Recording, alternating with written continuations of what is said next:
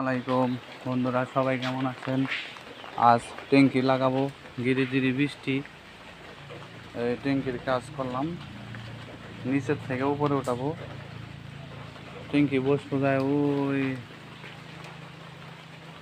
ওখানে 10 ইঞ্চি গাঁথনি দিয়ে স্ল্যাব বানানো হয়েছে।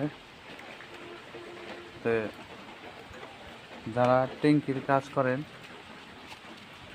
এই গ্যাস পাইপ না দিলে কিন্তু পানির স্পিড কম হবে। এখানে বল চাবি একটা ইউনিয়ন, এটা না দিলে কিন্তু পানি কম পড়বে। সবাই দোয়া করবে। অনেক বৃষ্টি, তাই বেশি কথা বলতে পারলাম না। ওইটার উপরে ট্যাঙ্কি বসবো। সবাই ভালো থাকবেন, আলহামদুলিল্লাহ।